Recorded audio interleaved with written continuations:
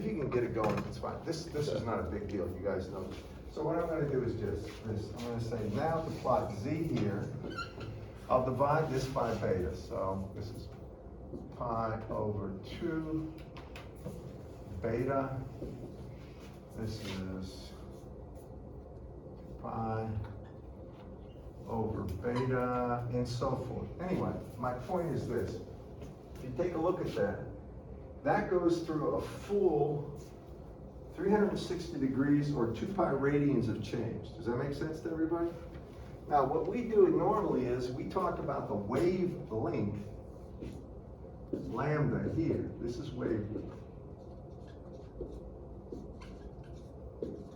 Wavelength is the spatial length over which a periodic waveform repeats itself. It's one full period of a wave. Does that make sense? But it's spatial, not temporal. So what happens here, when you look at this, well, I know here the argument beta z was equal to 0, correct, class? Here, the argument beta z is 2 pi, right? And it's one wavelength away. So if you think about this, beta z, the argument of cosine, is equal to 2 pi when it's a wavelength, or beta times the wavelength is 2 pi. Or, really, the wavelength is 2 pi over beta. And that's how you get wavelength.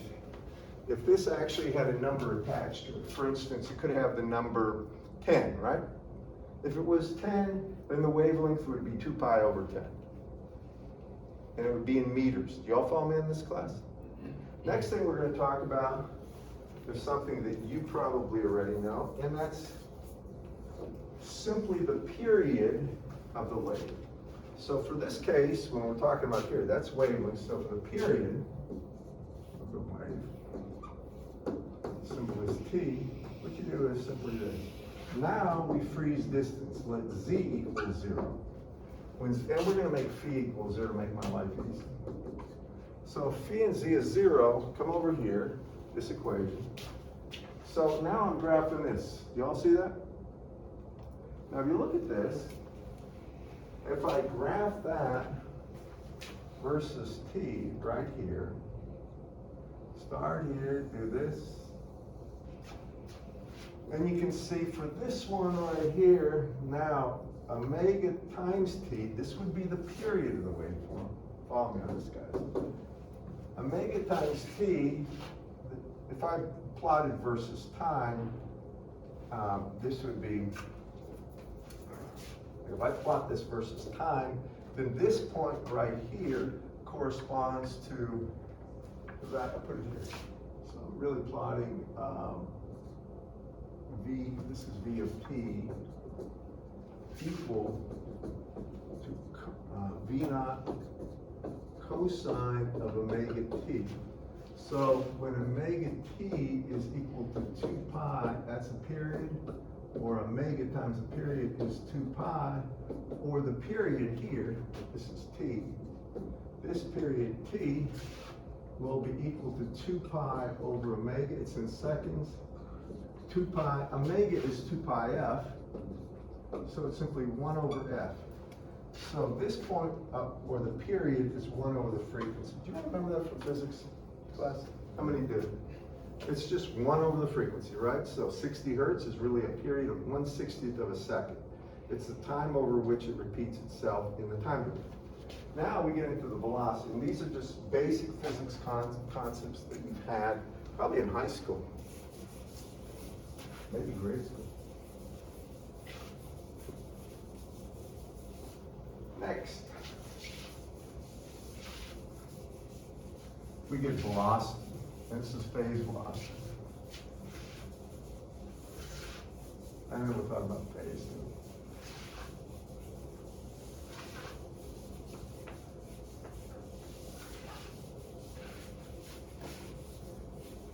All right, so when we talk about velocity of a wave, this is really phase velocity.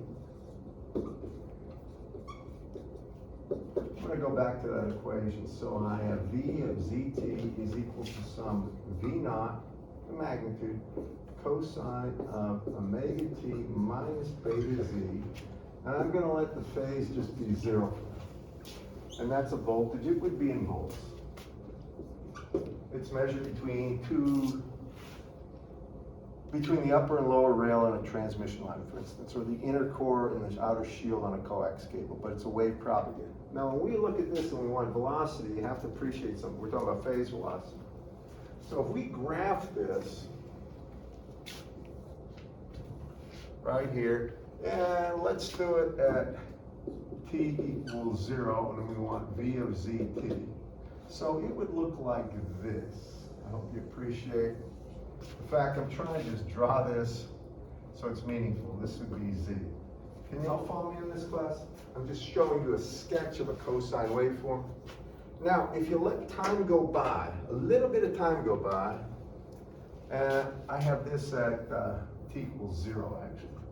And now if you graph v of z, and say it's a very small amount of time, it's going to be, say, time, I'm just trying to give you a mental idea, say 0.001 seconds later. Don't worry about that. Now it would look like this. Y'all follow me? And it looks like this wave peak here moved to here. Can y'all follow me? Everybody understand? This is an expression actually for a wave that's going in the positive z direction. This is the phase point right here. Y'all follow me? I always think of this with waves in the ocean and surfers like surfing. If you're on the crest of the wave, it is at a constant phase even though it's moving. All right? Now, we want to track how fast this phase point moves. So what we do is this.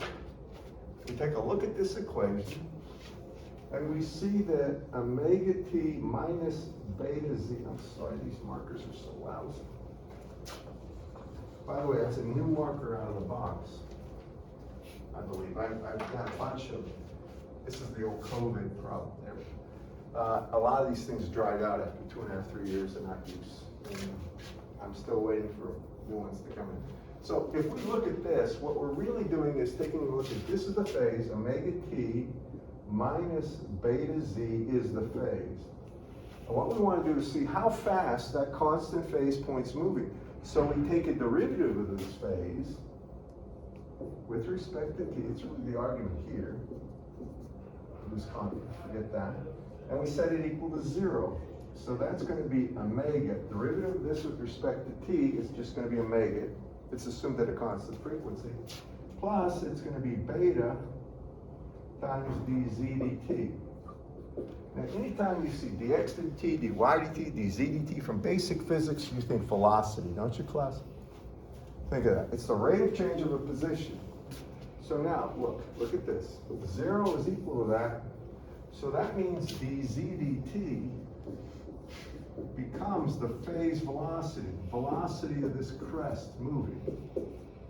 And that's equal to simply take this to the other side, and actually this is a minus over here.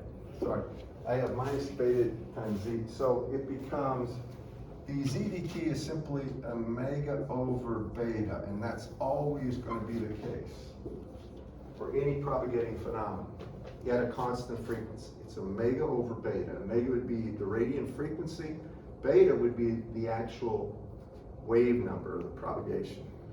Okay? Y'all with me on this? This should ring bells. This should be old physics stuff that you've had over and over again. Okay, that's necessary, and that's all in chapter 1. The rest of chapter 1 you probably know. I'm going to just do one thing on phasors because you've had phasors in your circuits courses, right? Yeah. All right, so I've got to give you a little bit more information on it. And I'll try to make this as understandable as possible.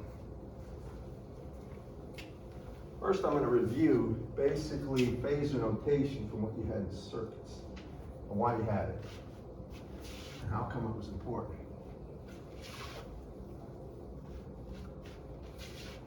So, when you had it, this is the reason you had it. By the way, what I'm telling you is something you might find useful on an interview, because oftentimes people go to an interview and they don't know how to solve what I'm about to show you. So suppose somebody gives you, I shouldn't say oftentimes, I know this kind of thing happens routinely, and then they discount the person who doesn't know how to do this. So if you just have something where you have plus the minus voltage, and I'm gonna just say it's V naught cosine of omega t plus a phase angle of volts right here, just like you saw it before. And I put a resistor here, R, and I put a capacitor here, C, and I want to know, well, say I want to know this. I want to know the current as a function of time for all time. Assume this thing's been on forever. Y'all follow me? Now this is important, you see this. So how do you solve a problem like that? Well, you don't do it in the time domain because it's constant frequency. You go to the phasor domain. Do y'all remember that? To go to the phasor domain, what you'd do is you'd replace that time varying voltage with the phasor equivalent, which would just be V naught at an angle phi. All right? With me on this? A lot of times in Irwin's book, he puts that in degrees. Technically, if omega here is in radians per second, this should be in radians as well, in order for agreement. But I know Dr. Wentworth's book has this as like degrees, but it's all right. Y'all with me? Then you would put the resistance down here as R, but what would you do for that capacitor? Class? I mean, you could write a differential equation. I didn't say this, but I could write a differential equation where R times I plus what? It's simply the integral of 1 over C, the integral of I of t dt from 0 to the point t would be equal to that voltage, and I could solve it that way, right? That'd be an integral differential equation. But how do you solve it? What we're going to do is put the phasor form of the impedance in there, right? You're right. Now, this capacitor doesn't look like C. It looks like, what? 1 over J omega C, correct? Y'all remember doing that? I'm in the phasor domain, and when I want this current, how do I get it? How do I get I phasor? Well, I phasor is what?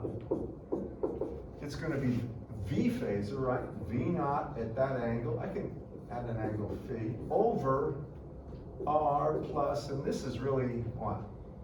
I can put R minus J over omega C. That will give me a complex value. Want it, class? Yes. It will give me a magnitude and a phase. Do you all agree with that? And so I'm going to just leave it as a magnitude I naught, and it's going to have some phase phi. Now, that's in the phasor domain. The guy that's interviewing you wants it in the time domain. So how do you go back to the time domain? This is usually the part people miss. To go back to the time domain, what I need to do is say that I of t is going to be the real part of e to the j omega t times I phasor. And I phasor is I naught e to the j phi. This is another way of writing that. That's the exponential form. The polar form is what I had originally. Do y'all follow me? How many remember that? All right. Now, take a look at this. This is the real part of, when you look at this, I can take the I naught out in front. That's going to be a strict real value. But I want the real part of this, which is e to the j omega t plus the phase angle, correct? All right, now this is Euler's identity. Do y'all remember Euler? How many do? This is the thing that you're going to use all the time. So Euler's identity says one of three things. E to the j theta is cosine of theta plus j sine of theta. Or you can say cosine of theta is equal to e to the j theta plus e to the minus j theta over 2. And then the sine of theta right here is going to be e to the j theta minus e to the minus j theta over 2j. These are three different forms of Euler's identities. All right, we're going to use the top one. So over here, I can see that I have e to the j, this is my argument. And it would break into what? It would be I naught, then it's the real part of cosine of omega t plus the phase angle, all right, plus j times the sine of omega t plus the phase angle. And the real part is just the real value. See that J in front of this sign makes it imaginary. Do y'all follow me, class? So the result is this. Your I of t right here is simply going to be equal to I naught cosine of omega t plus the phase angle associated with the current. This should be the phase associated with the current I. Are you with me? That's how you do that problem. You remember, now, a lot of times Dave didn't require you to go back here. He just wanted the phasor form of the answer. Do you remember that? Yeah. But that's how you do it both ways. And in general, when you have phasors, and I'll put this up here, for any given phasor, and you'll use this stuff all day long, you're about to use it with some of the stuff we're going to do. But when you talk about phasors in general, this is the relationship. If you have a phasor, and I'll just put this, V of t, and this is the phasor form, is really the real part of e to the j omega t, because remember you suppress omega when you do those problems, and then it's times v phasor, or v naught e to the j angle of v. That's taking it from phasor to time. And the way you take anything to the phasor domain, it has to have a cosine, or you need to put it in terms of the cosine variation. But if you had v naught times cosine of omega t right here, plus some phase, the phasor form of that is just going to be v naught, and it's going to be, v naught, and it's going to be at an angle of phi. You suppress the omega t, okay? Now that's going back and forth. Do you all remember that? Now, so that's without spatial variation. I want to do one more thing, and then I'll move on to the transmission line stuff. So, next, I showed you something where I had V of zt is equal to some V naught cosine of omega t minus beta z plus a phasor, right? Y'all remember that? To go to the phasor domain here, my V phasor in this one, it'll have a magnitude V naught, but this is very important. The omega t will be suppressed, but you will get an e to the minus j beta z here. I can show you this, there's going to be that, and there's going to also be that phase angle times e to the j phi. Now that would be the phasor form of V. Just to show you it works, if we go backwards and want V of zt from this phasor form, that's equal to, again, the real part of e to the j omega t times the phasor, right? So this phasor's got V naught e to the minus j beta z e to the j phi. Y'all agree with that? I just repeated the previous thing, right? Now, what do you notice about this? This is really,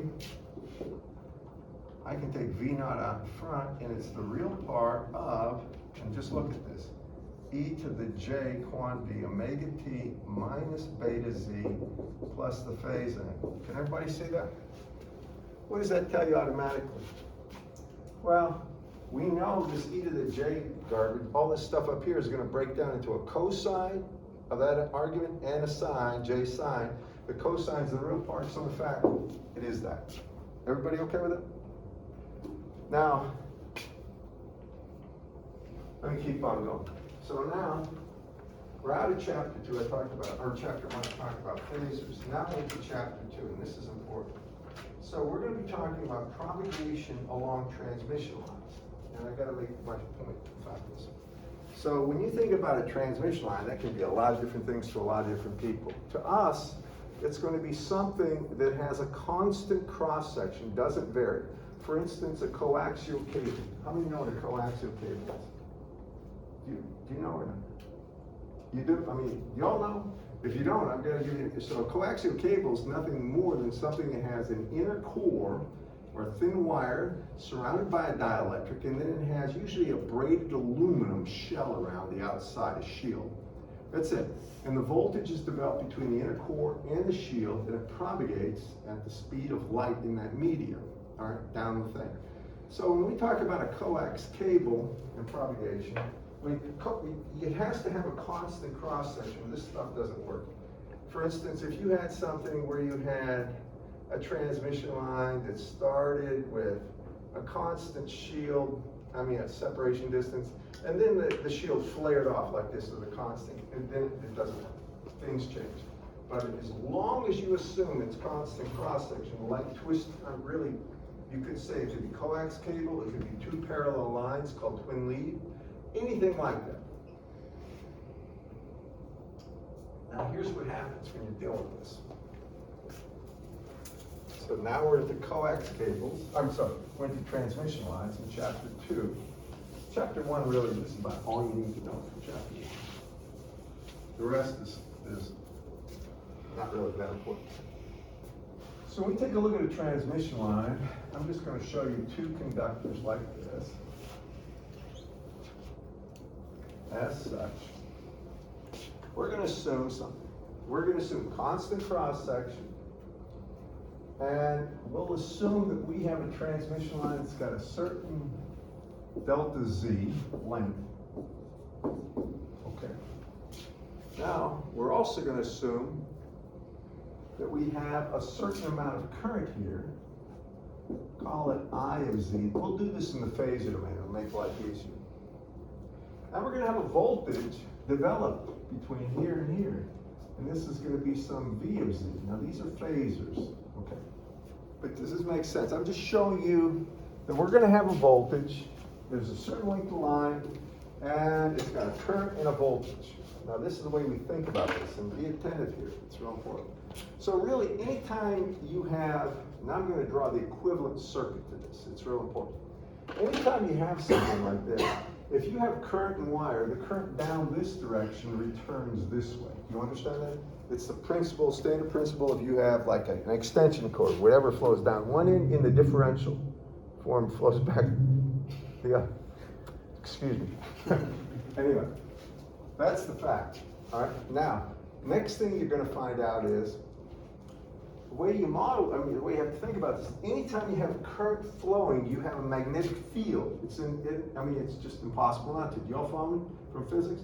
Anytime you have a magnetic field, you have magnetic energy, and anytime you have magnetic energy, there is an associated inductance with that. Do y'all follow me, please? So, what they'll do is they'll say there's going to be a certain amount of inductance per meter, and they'll usually do like this with this transmission line.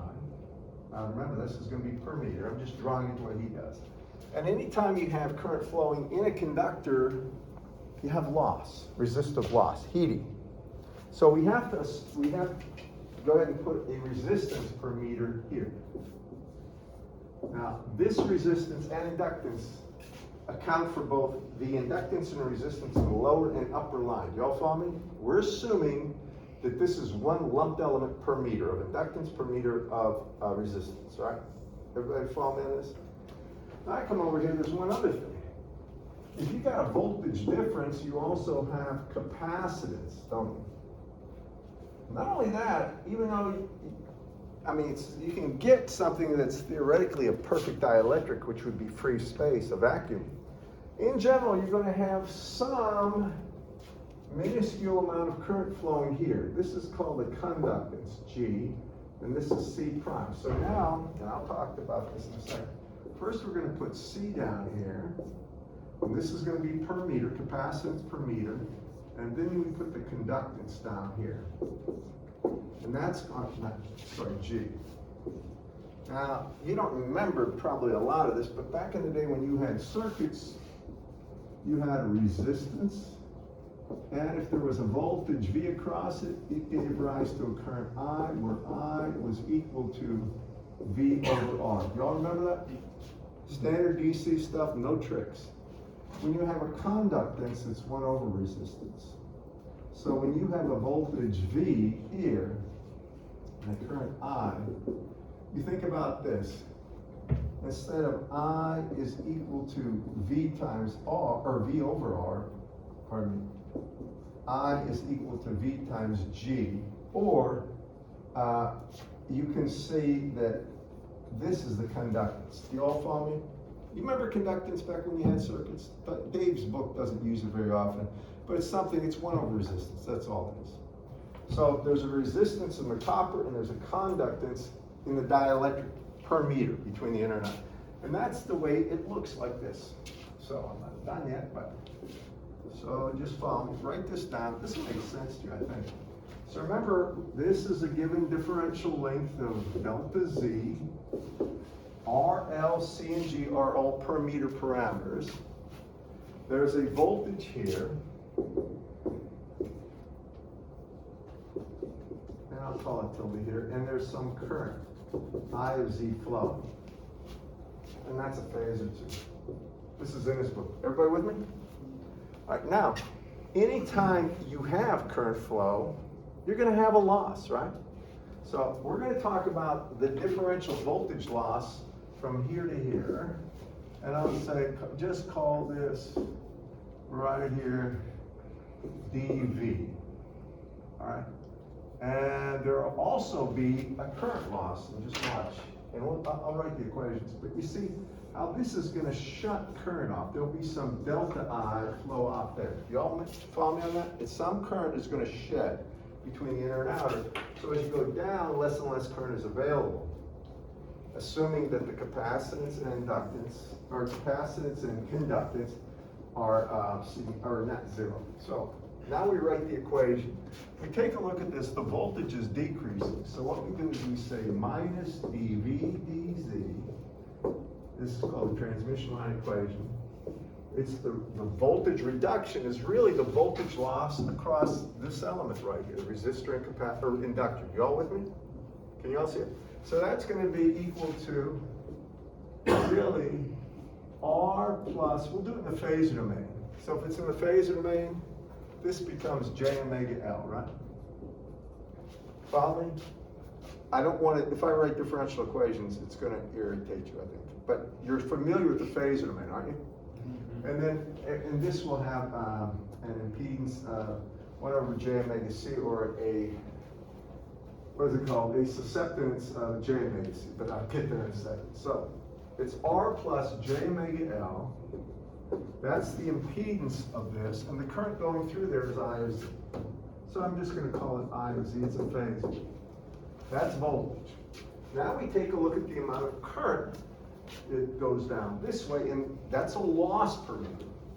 So that's equal to minus di dz here is going to be equal to, in this case, it's going to be G plus J omega C times V of Z.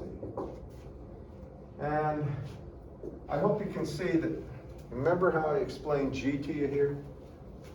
G times V is current, with me? Same thing with J omega C times V. That's equal to the amount of current. Like C dV dt is current I in a capacitor. So if you go to the phasor domain, it brings out a J omega. Now those are the two equations that dictate the loss in both a voltage and current. How do you get one single equation with one unknown? Want to take a stab at it, anybody?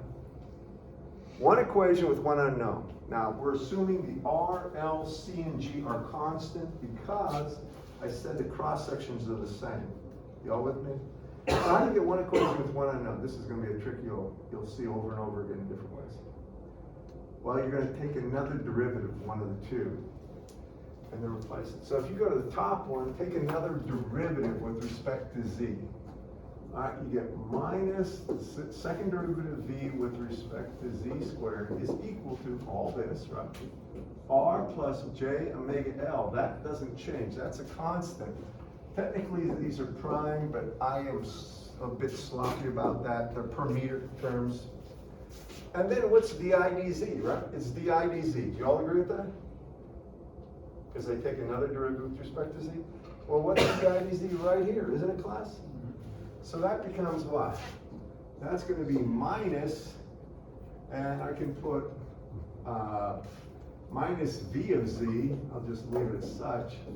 This is v of z too, I'm a little sloppy there. And it's times that g prime plus j omega c. I'm gonna omit putting the primes that are implied. Does everybody agree with that? Can you do that with the other one too? Yeah, you could go ahead. You can think, then you would get what? You get a single equation with I. I gotta say. Huh? Could be with, well, just be like you switching around, you plug it into the. See, this is gonna be what? That's gonna be an equation with just v, isn't it? Yeah. This would be an equation with just I. All right, either one works, but we're gonna do the v one for now. Okay. All right, Is so. those easier or does it matter? Well, the v one's gonna be a little more appropriate. We'll see why. Okay. To measure I, well, there's probably other reasons too. You gotta break the line. To measure v, you can just probe something. Okay, so I come down to this, I'm gonna get rid of this negative sign right off the bat. So now I'm gonna get everything as one equation. But before I do, I'm gonna do one thing. Let me just try to make this a little more understandable. C, and this times v of c. Now, if you look at this constant is gonna appear over and over again. Y'all follow me? So what we do normally, let me do it over here. We create a new constant. I go to 230, right? Yeah. I get this in.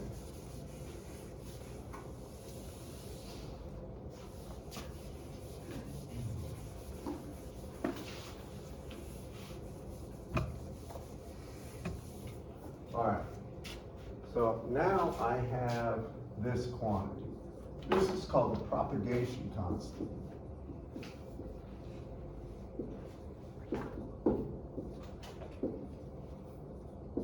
All right, gamma.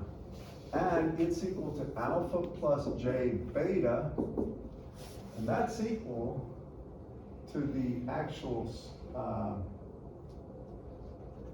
square root of r plus j omega l times g plus j omega c. Now write that down. Here, alpha is the attenuation constant.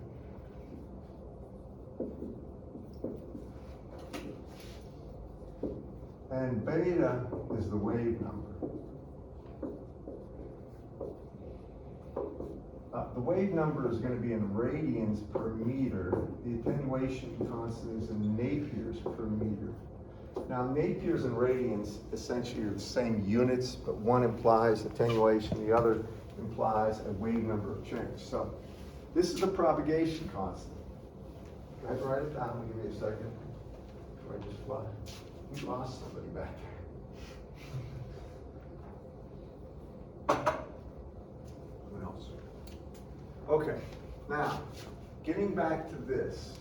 Now that I've established that, follow me on this. So that means I have the second derivative of v with respect to z squared minus gamma squared, go with me, times v is equal to 0. Go with me? Because this is really gamma squared, isn't it, class? Yeah. All right, now that differential equation has two possible solutions. And we're only, we could really make this complicated, but I'm trying to stay in the phase, I'm trying to make it simple as possible, because this stuff can get unwieldy if we just write differential equations and get the general form. If I look at that right there and I want to solve it, remember, we're in the phasor domain already. This is a simple, it's a first order homogeneous equation, right? And a first order, we know the solution is going to be some constant times e to the lambda z. I mean, you go ahead and plug that in there, turn the crank, and you'll find it. And then you can solve for lambda, but really it's going to be v of z, and this is in the phasor domain. There's going to be some v0 plus times e to the minus gamma z plus v0 minus e to the plus gamma z. That would be the general form of the equation. I want you to listen to me on the next thing I'm going to say. Just write that down and I'll tell you why. By the way, I do appreciate you being willing to record this because it's going to make my life easier and yours. for people that aren't here, they can go watch it. You know what happened to him? Did he? He's not sick or anything. He was on the phone the whole time. I don't know what happened. Anyway, so come back here. Now this is important. Write this down. This is something going in the positive z direction. That's a wave propagating the positive z direction. This is a wave propagating in the negative z direction. The coefficient V0 plus indicates it's going in the positive z direction. That one's negative. Now I'm going to go ahead and just show you, if we take this, remember those are phasors, right? Gamma is alpha plus j beta. If I went ahead and took it to the time domain by taking the real part of e to the j omega t times this, and pull out what happens, you're going to see some cosine waveforms, but we're going to get some attenuation. So if you did that, you would find out v of zt, just write this down, would be equal to v0 plus, this is this one, it'll be e to the minus alpha z, that's going to be attenuation as it propagates in the z direction. It'd be cosine of omega t minus beta z here, plus it's going to be v0 minus e to the plus gamma z, and it's going to be times cosine of omega t minus or plus beta z. And that will be the time domain form of that wave. This one is going in the positive z direction, and this one is going in the minus z direction. That's important to understand that. Now, usually, for simplicity, when we do these things, we talk about things only moving in the positive z direction. We don't worry about negative unless it's needed, and you'll get there.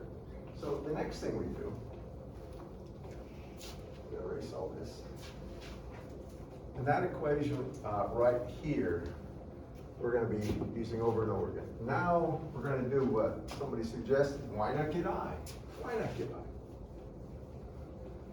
How many see it's going to be the same thing? Just take a look at this. Let's get the equation for I. Ready? How do we do it? Anyone? Think about what you just said. What did I do? Was my first step when I got one equation would just be of what? Of the other equation. Of this, right? Exactly. So now I get minus the second derivative of I with respect to z squared is equal to, and this is going to be g prime plus j omega c prime, derivative dv dz. Well, that's here. So I put a negative sign here, and then I get r prime plus j omega l prime, and it's going to be times I of z. Now I have one equation with one unknown in I. Y'all see this? All with me? So now what happens? Well, the negative signs go away, and I can see this is just gamma squared over there. You all see that, class? Let me just drop the primes on all these g prime. I've been threatening to do it because you know this is per meter. It would make no sense if it wasn't. So now I have this equation. Second derivative of I with respect to z squared, right, minus gamma squared I equals 0. And I want the solution. Boy, does this look interesting. So remember back in the day when you had differential equations, this is the second order homogeneous differential equation. Y'all give me that? It's not in time, it's in space, but it's second order. So they'll tell you, regardless of the order, your general form of solution is I is going to be some constant. I'll call it I naught e to the gamma z, right? Or lambda z. Then you go ahead, I know lambda is a symbol we use for wavelength, but it's a constant, doesn't matter. So you go ahead, take two derivatives of this, what do you get? Well, you get lambda squared, I naught, right? E to the lambda z, that's this part, minus gamma squared times I, which is I naught right here, e to the lambda z is equal to 0. Can anybody follow me? I just plugged in the value. Now what do you see happening? You see how the I naught and e to the alpha z go away? So you do this. And what is that solution? Well, if that's equal to 0, what do you know? That lambda minus gamma, right? And lambda plus gamma equals 0. Correct, class?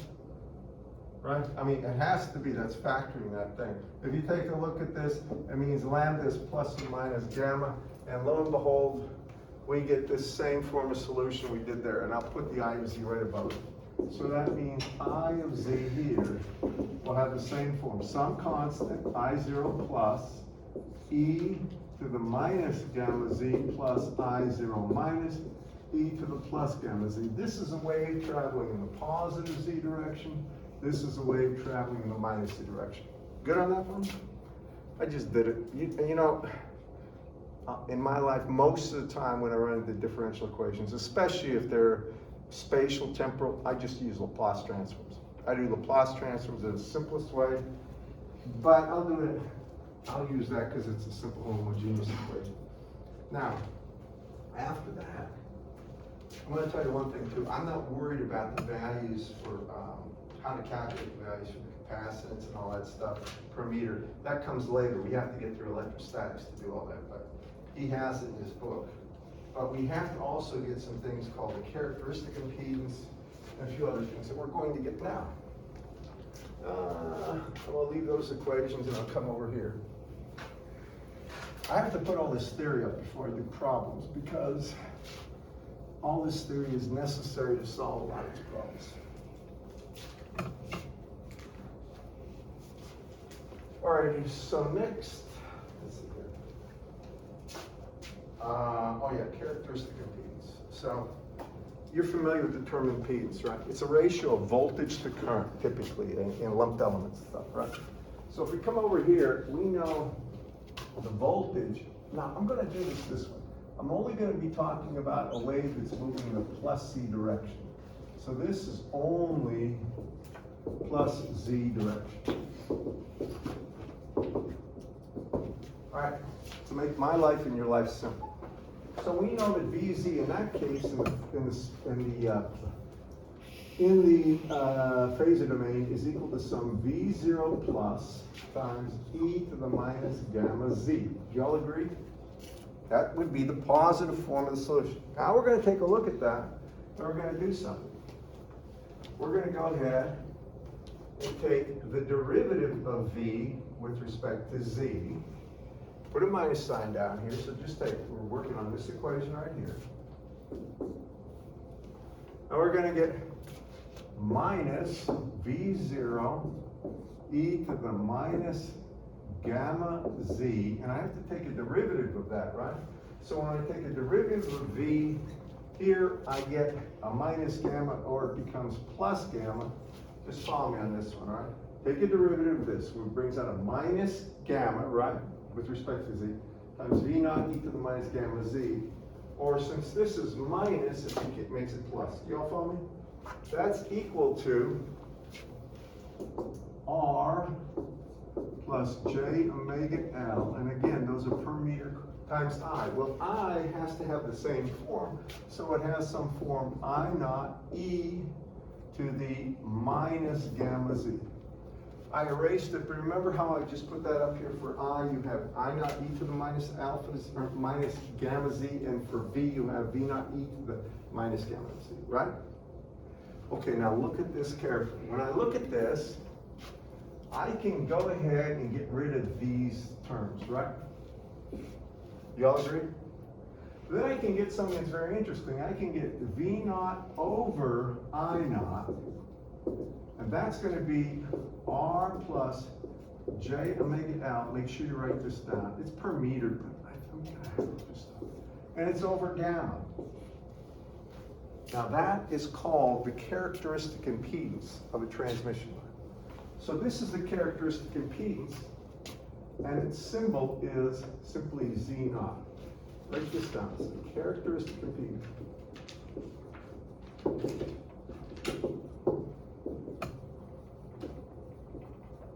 And like all impedances, it's in ohms.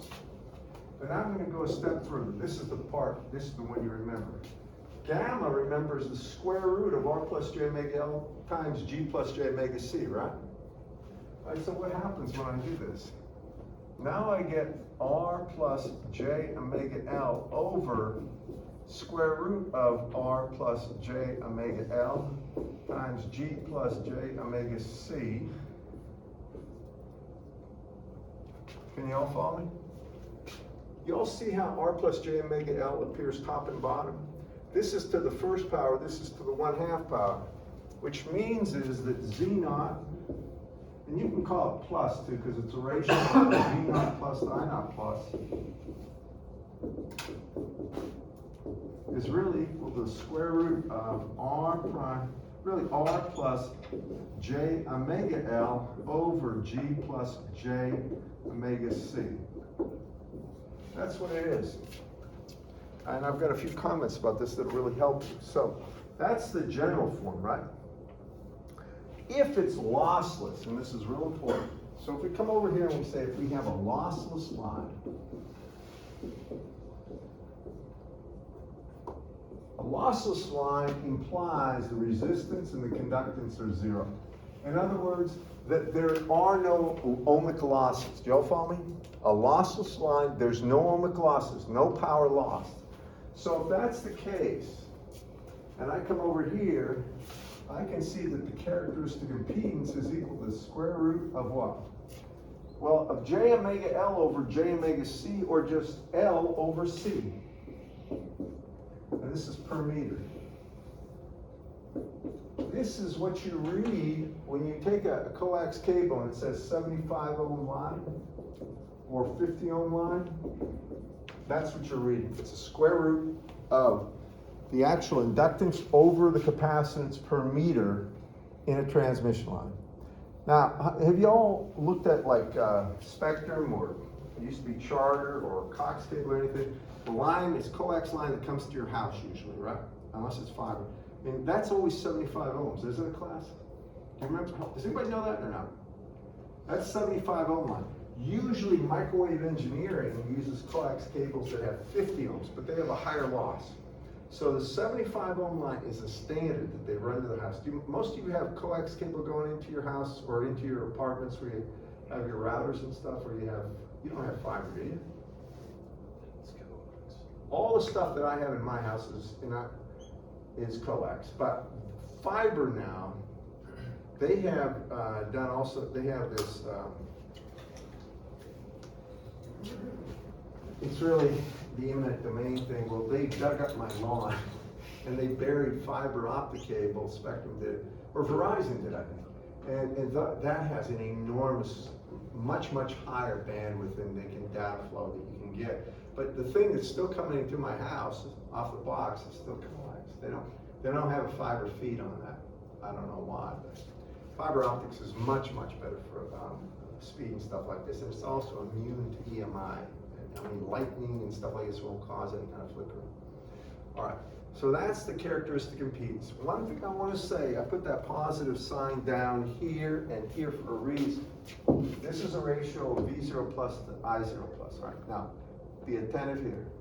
If you went and did the same thing we did for the negative traveling wave, you would find that, and I'll just call this Z0 minus, which is going to be the ratio of V0 minus to I0 minus. So it's a wave traveling in the other direction will be minus that.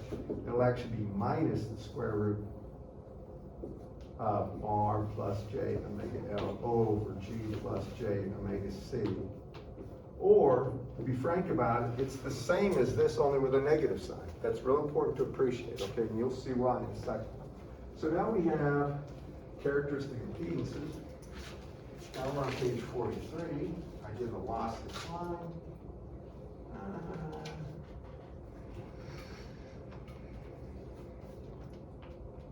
Well, I'm not going to worry about phase loss and stuff on that. Next is going to be power transmission. So let's see here.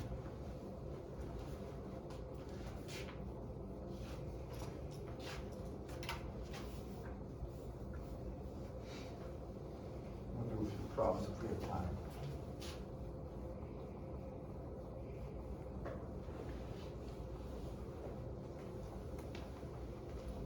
By the way, there won't be a quiz this Friday, but please show up and do the homework assignment.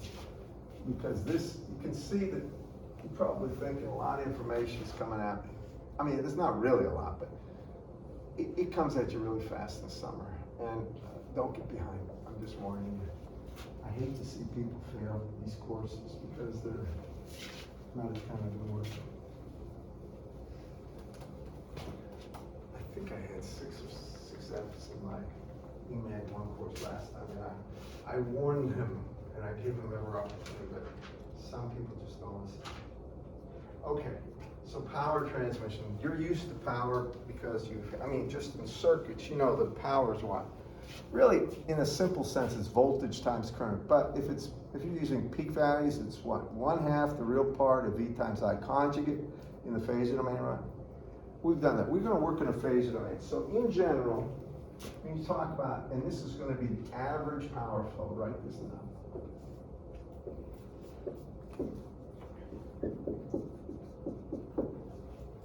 All right, it's in watts.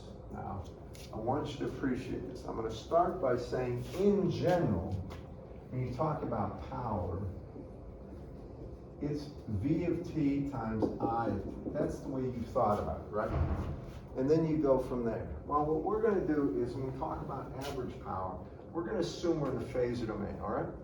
So I'm going to assume I'm going to have some V naught. Oh, I better do this first.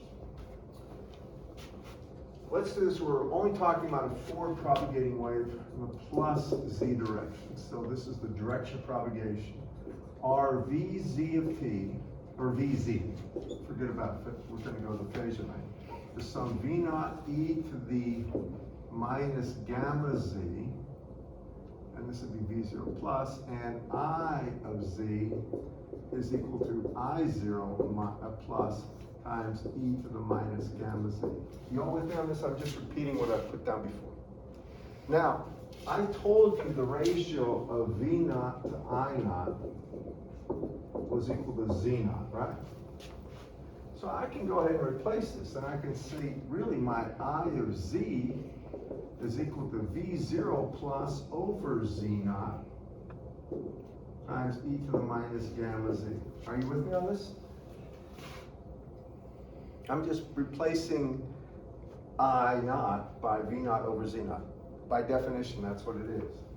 Something else, in general, Z can be complex. Remember, Z, technically, Z naught is square root of R plus J omega L over G plus J omega C, right? Well, that means it could have complex, it could be a magnitude and a phase. So what we'll do is just make this magnitude of Z naught in some phase e to the J theta Z naught. So now that we've got this, now we do what power is. You appreciate this? I'm just trying to show you that it's got a magnitude and phase. When we take average power, P-ab, right, as a function of Z, well, average power, I mentioned that earlier, is the real part of V phasor times I conjugated. You all remember that? V times I conjugate? You remember what conjugation was? Let's talk about it for a second. This is supposed to be an asterisk means conjugation. If I had I equal 10 at an angle of 30 degrees, what is I conjugate, class? Minus 30, right? You just flip the sign and the angle, correct, class? That's one way. What if I had, say, V is equal to 1 plus J1? What would V conjugate be? 1 minus J1. It's just flipping the sign, right? On either the angle or the J. That's all it is. So we're reversing. So here, I would say that's the real part of, well, V phasor is going to be V naught, right, plus times e to the minus gamma z times e to the minus j beta z. Now here I've replaced gamma, I roasted it, with alpha plus j beta. You all with me? I'm just substituting it in. And I have to multiply that by I conjugate. Well, here's I, right? Right here. So I can write I of z as this. I can say I of z is equal to V0 plus, that's going to be a strict positive, but Z naught has magnitude and phase. So I can divide that by the magnitude of Z naught, and then I can put the phase angle upstairs. That can be e to the j minus j phase angle of Z naught. You all with me? The reason it's negative, if the phase angle is down here, it'd be e to the j of the phase angle, right? When I take it up here, it's got to be minus j. You all follow me? Yeah. All right. So now I've got this times, and this is V naught plus, and this is conjugated, right? So I'll do the conjugation in a second. Over magnitude of Z naught here times e to the minus j phase angle of Z. And it's times e to the minus gamma Z times e to the minus j beta Z. But all this is going to be conjugated. I did it for a reason this way. Y'all with me? Take a look. Agreed, class? I'm going to do the conjugation now, and you'll see why I'm doing it this way. Take one look at this. Remember what this conjugation do. It changes the sign on the imaginary component, right? On the end. So this becomes positive. This becomes positive. That stays alone. That's a strict real component. That stays alone. So that means this whole thing boils down to this. The average power flow to the right, P ab, as a function of Z. Well, I got V naught twice, so I get V naught squared. V naught plus magnitude squared over magnitude of Z naught. So that's this times this over that. Then I got e to the minus alpha Z twice, so it's e to the minus 2 alpha Z. And then look what happens to the betas. E to the minus j beta Z times e to the plus j beta Z is 0, goes away, thank God. But I still have to do what? I have to take the real part of that phase angle, right? That's a cosine. So it's going to be times the cosine of the phase angle of theta Z, and that is the power in watts flowing to the right. This is a real important formula, so write it down. And you should know how to use it. I'll give you plenty of problems. Then, let's see. How much time do we have? About a minute? Yeah. All right. So I'm going to go through and do power loss in dB, and then we'll do terminated lines on Friday. Please show up to this class, and I do appreciate you recording it. Is most of the stuff making sense to you? Okay. Is it? Yeah. Whenever I get this dead stare, it's like, maybe.